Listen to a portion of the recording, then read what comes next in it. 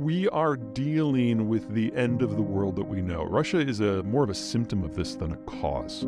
So, to go back a little bit, in the world before World War II, if you had coal, oil, food, and iron ore, you could industrialize and try to make something of yourself. But if you failed to have one of those, you were probably a colony. At the end of the war, the Americans abolished the imperial system and patrolled the global oceans for everyone. And as a result, now you only needed one of those four, and you could trade for the others. And so for the first time in human history, we were all on the same path, from different starting points and going at different speeds, but we were all industrializing and we were all urbanizing. The problem, well, let's start with the opportunity. When you urbanize, you move from the farm and into town to take an industrial job.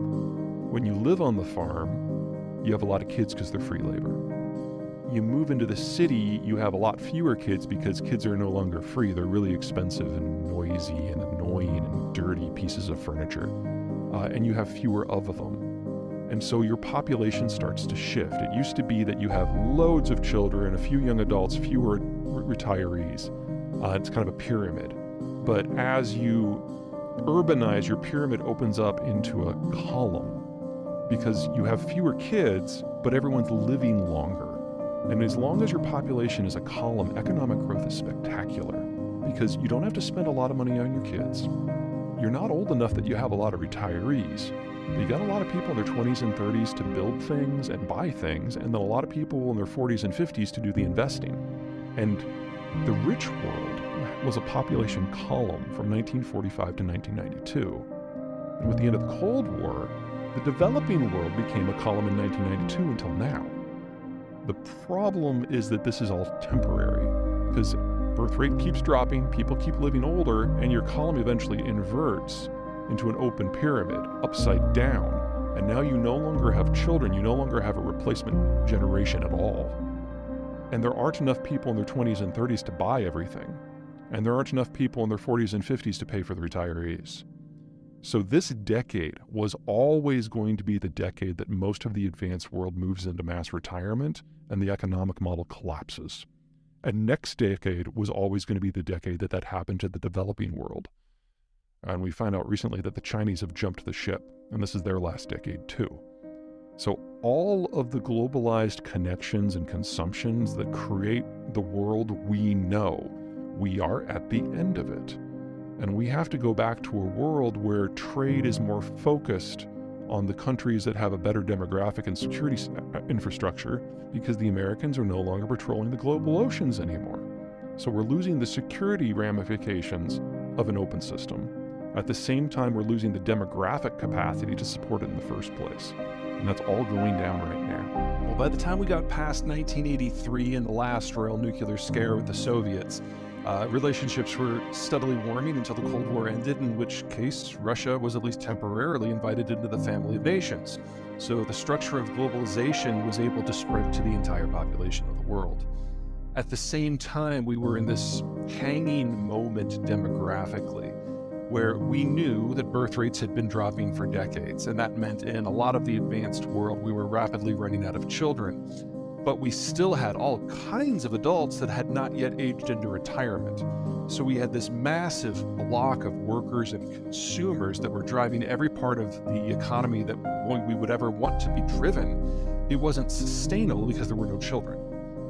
But for about 35 years, we were in this glorious moment where all things were possible, where there's plenty of finance, where there were no security risks, and where anyone who wanted to play a part in the international trading system could, and it was backed up by just these massive waves of workers and consumers. It was perfect. It was temporary. The moving around and the spreading around is certainly the issue. So globalization encouraged every country who wanted to play, even if these were countries that could never have been economically successful on their own in a pre-globalized system. So as a rule, and again, oversimplification, if the British Empire thought you were worth conquering, you probably couldn't make a go of it on your own. And so you had all these countries that had been colonies that all of a sudden under the American-led globalization model could play and didn't have to worry about their security. And in that sort of environment, the countries with good geographies, your United States, your Frances, your Britons, faced competition from a quarter that they never had before. And since they didn't have to worry about security costs, all of a sudden they were the low-cost producer for a lot of manufactured goods. And so we saw an industrial hollowing out of the advanced economies writ large, going to some of the secondary ones that have had a really hard time of it before. I might add this includes Germany. In that sort of environment, whether or not the wealth was distributed was a political decision to be made by the countries on the receiving end of that. So in the case of Korea or Germany, we got relatively egalitarian societies. In the case of Indonesia and India, not so much. And so I'm cautioning you against conflating the overall globalized trends and then decisions that were made at the local level. There are interrelationships, but it's definitely not causal. Let's look back at the Chinese history for a second. Here the Han ethnicity has been around for 3,500 years. But despite all that history, the Han Chinese have only been in charge of the bulk of the Chinese population for about 300 years. This is a place with a horrible geography, incredibly water poor in some parts, very rugged in others. And that means they've never been able to pull it together themselves. All of the Chinese empires of old, very few of them lasted more at their peak when we see all those maps in our books. In many cases, those maps only lasted for a few years, sometimes only for a few weeks before it all went to hell. And that's before you consider rampaging outsiders coming and wrecking the whole thing. So you only have about 300 years of unified Chinese history. Half of that is under the Mongols.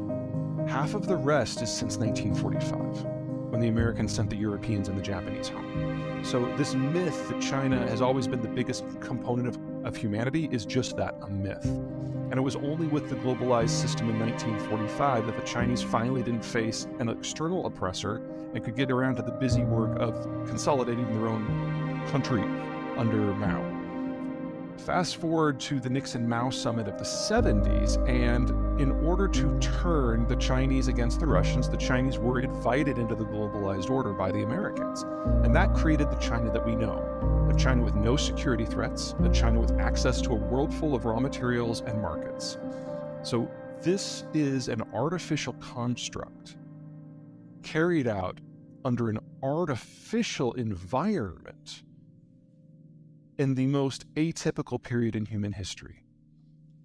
So of course they did well, but you break any part of that. You remove the Americans from the equation and globalization breaks. You look at their demographics and play it forward, you see that they don't have a workforce, and this goes away. So China, just like the world at large, has enjoyed the best 35 years of its history, and it's over. It's like the idea of producing goods for yourself sounds great until you want something that is more advanced than yarn. Specialization is what brings us the modern world. It's what's allowing this call right now, linking two continents together in real time. The idea that any one country could pull that off is asinine. And that's before you start considering the fact that we now have over half of the human population dependent directly on food imports, and about 3/4 of the world's population dependent upon fertilizer imports so that they can grow their own food. The degree of interconnectivity that we have is extreme. And if you break down the trade links that make all of that possible, we don't get to do this with 8 billion people.